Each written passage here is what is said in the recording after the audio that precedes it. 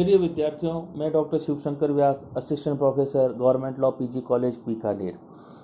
आज फिर हम एडमिनिस्ट्रेटिव लॉ की क्लास में अपना जो पहला टॉपिक चल रहा है, definition, nature, importance, scope of administrative law, उसके बिल्कुल लास्ट क्रम पर पहुंच चुके हैं। सोर्सेज ऑफ एडमिनिस्ट्रेटिव लॉ, प्रशासनिक विधि के स्रोत। मुख्य रूप से किन किन को प्रशासनिक विधि का स्रोत माना जाता है, उसके ऊपर हमारी आज चर्चा रहेगी।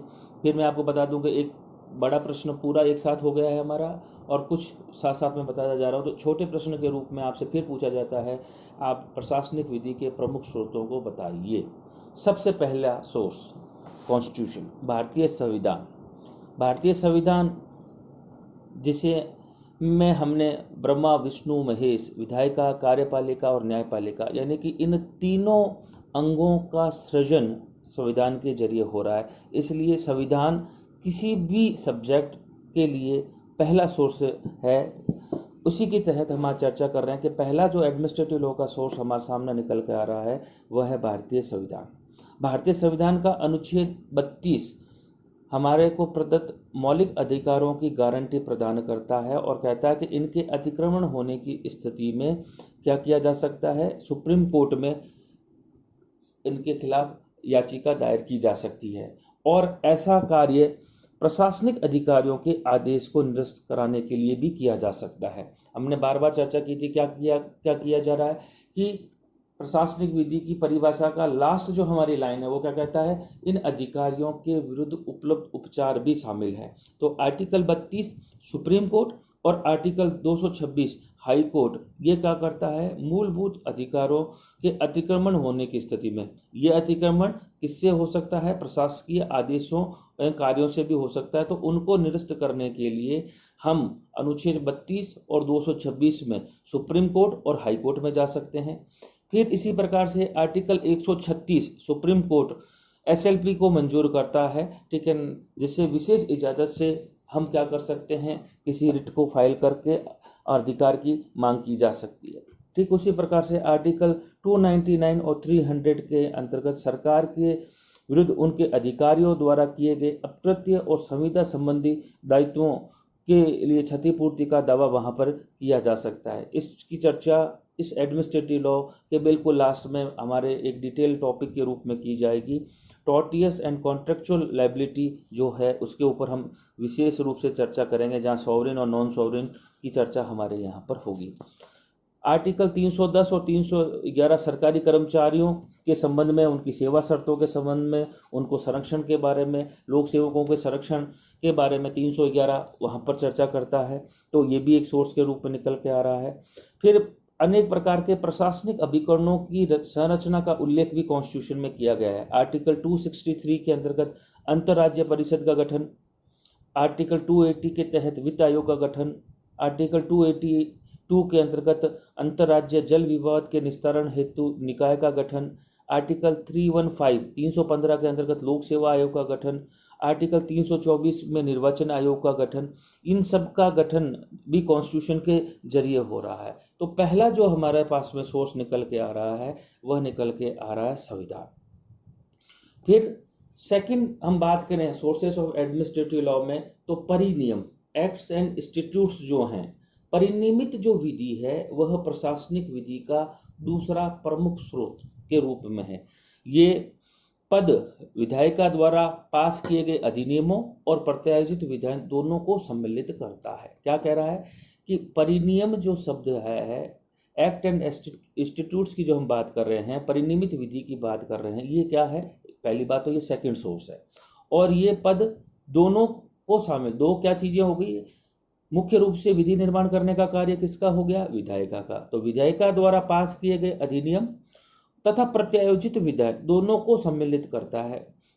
प्रत्यायोजित विधान कई बार हमारे इस टॉपिक में नाम आ चुका है, डेलीगेटेड लेजिस्लेशन। आगे चलकर हमारी क्लास में हम डिटेल में यहाँ पर इसकी चर्चा करेंगे कि विधायिका क्या करती है, एक ढांचे का निर्माण करके कार्यपालिका को विधि निर्माण करने की शक्ति प्रदान कर देती है।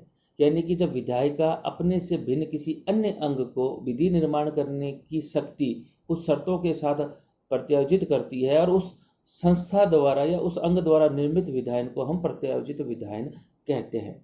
इन परिनियमों के अंतर्गत प्रशासनिक निकायों का सृजन, उनके अधिकार और दायित्वों का उल्लेख रहता है। तो दूसरा जो हमारे साथ में सोर्स जो निकल कर आया वह आया एक्ट एंड इंस्टीट्यूट्स, जिसके अंतर्गत विधायिका द्वारा निर्मित विधि भी शामिल है और प्रत्यायोजित विधायन द्वारा निर्मित विधि भी शामिल है। और इन दोनों के द्वारा क्या निकल के आ रहा है, प्रशासनिक निकायों का सृजन और उनके अधिकार और दायित्वों का उल्लेख रहता है। तो यहाँ से भी हमें प्रशासनिक विधि के स्रोत का पता चलता है। तीसरी चीज हमारे पास में आ रही है अध्यादेश। तीसरा जो इंपॉर्टेंट सोर्स हमारे सामने आ रहा है वह है अध्यादेश, ऑर्डिनेंस। राष्ट्रपति और राज्यपाल अनुच्छेद 123 और 213 के तहत अपनी प्राप्त शक्ति का प्रयोग करते हुए अध्यादेश जारी कर सकते हैं। जब संसद या विधानमंडल का सत्र नहीं है तो राष्ट्रपति और राज्यपाल 123 और 213 के अंतर्गत प्रदत्त शक्ति का प्रयोग करते हुए ऑर्डिनेंस जारी कर सकते हैं। और इन ऑर्डिनेंस की मान्यता भी एक निश्चित समय के लिए कानून के समान होती है। और इन ऑर्डिनेंस के माध्यम से भी प्रशासनिक निकायों का प्रादुर्भाव, प्रशासनिक अधिकारियों की शक्तियों का प्रादुर्भाव, उनके संबंध में उपचार का उल्लेख रहता है। तो जिस प्रकार हमने ऊपर बात की कि विधायिका द्वारा निर्मित विधि, प्रत्यायोजित विधायन द्वारा निर्मित विधि, चाहे वो विधि अध्यादेश के जरिए बनी हो जिससे प्रशासनिक निकायों का सृजन, उनके अधिकार और दायित्वों का उल्लेख होता है, तो ये भी क्या निकल के आ रहा है, प्रशासनिक विधि के स्रोत के रूप में हमारे सामने निकल के आ रहे हैं। चौथा जो सोर्स है वो है जुडिशियल डिसीजन। न्यायिक निर्णय प्रशासनिक विधि ही नहीं, किसी भी लॉ में हम अगर सोर्सेज की बात करें तो जुडिशियल डिसीजन अपने आप में एक महत्वपूर्ण स्थान रखते हैं कि जहां विधायिका द्वारा निर्मित विधि नहीं है या विधायिका द्वारा निर्मित विधि में कोई संशय है और न्यायालय के द्वारा कोई न्यायिक निर्णय दिया गया है, तो वो न्यायिक निर्णय भी क्या हो जाएगा, हमारे लिए सोर्स के रूप में आ जाएगा। सुप्रीम कोर्ट ने अनेक न्यायिक निर्णयों के माध्यम से प्रशासनिक कृत्यों में नैसर्गिक न्याय के सिद्धांतों का विस्तार, कैसे इसने प्रशासनिक विधि के कार्य क्षेत्र को बढ़ाया, जुडिशियल डिसीजन आए। जुडिशियल डिसीजन ने प्राकृतिक न्याय के सिद्धांतों का विस्तार किया। जब हम प्राकृतिक न्याय के सिद्धांतों की बात करेंगे, ठीक है, उस समय हमारे सामने चर्चा निकल कर आएगी कि जो मेनका गांधी का मामला होगा उस पर हम डिटेल में चर्चा करेंगे। लोकस स्टैंडाई का सिद्धांत, उसमें शिथिलीकरण किया गया, जो व्यक्ति है वो अन्य कोई व्यक्ति भी PIL दाखिल कर सकता है। जनहितकारीवाद की अवधारणा, पब्लिक इंटरेस्ट लिटिगेशन की जो हम बात कर रहे हैं, उसका कंसेप्ट भी जुडिशियल डिसीजन के माध्यम से आया। और ये सब हम एडमिनिस्ट्रेटिव लॉ में पढ़ रहे हैं, ठीक है ना, चाहे वो लोकस स्टैंडाई की बात करें या natural principle of natural justice की बात करें, इन सब की भी हम क्या चर्चा कर रहे हैं यहाँ पर। तो जुडिशियल डिसीजन भी एक इम्पोर्टेंट रोल अदा करते हैं सोर्सेज ऑफ एडमिनिस्ट्रेटिव लॉ में।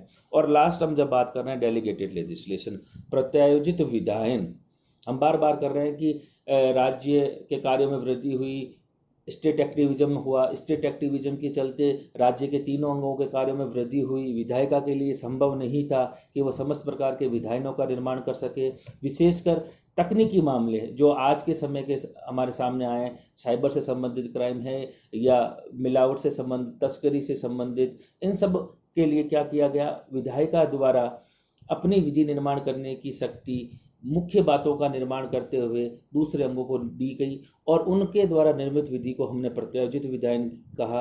और ये प्रत्यायोजित विधायन भी क्या कर रहा है, एक मुख्य सोर्स के रूप में एडमिनिस्ट्रेटिव लॉ में अपना एक रोल अदा कर रहा है। तो सोर्सेज ऑफ एडमिनिस्ट्रेटिव लॉ की जब हम बात करेंगे तो संविधान, परिनियम, अध्यादेश, न्यायिक निर्णय और प्रत्यायोजित विधायन, ये मुख्य रूप से हमारे सामने प्रशासनिक विधि के स्रोत के रूप में हमारे। तो अपना जो टॉपिक था definition of administrative law, nature, scope, importance, sources, इन सब की आज हमने कंप्लीट कर लिया। इससे अगली क्लास में हम एक नए चैप्टर की शुरुआत करेंगे। धन्यवाद।